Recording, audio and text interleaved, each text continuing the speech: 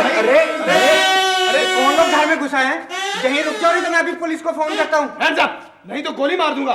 गोली ना मारना भाई साहब। आपने रजवान भाई हमें पहचाना नहीं? ओहो, मैं जकूटा हूँ, जकूटा। या अल्लाह खैर, मैंने तो आप लोगों को पहचाना ही नहीं।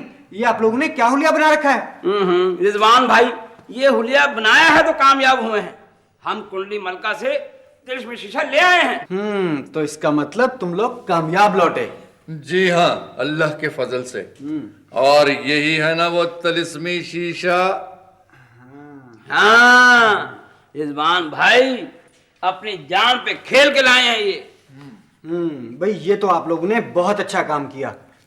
अगर ये तिलिस्मी शीशा कुंडली मलका के पास रहता तो ये सांप हम इंसानों की जिंदगी अजीरन कर देते। हाँ, और अब इस शीशे को संभाल कर रखें, कहीं फिर कोई चोरी करके ना ले जाए।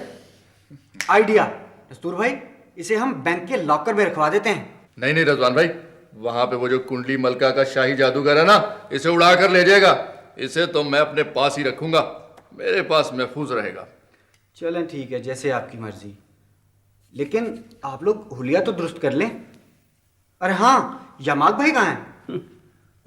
वो यमाग भाई को काम था, आ जाएंगे।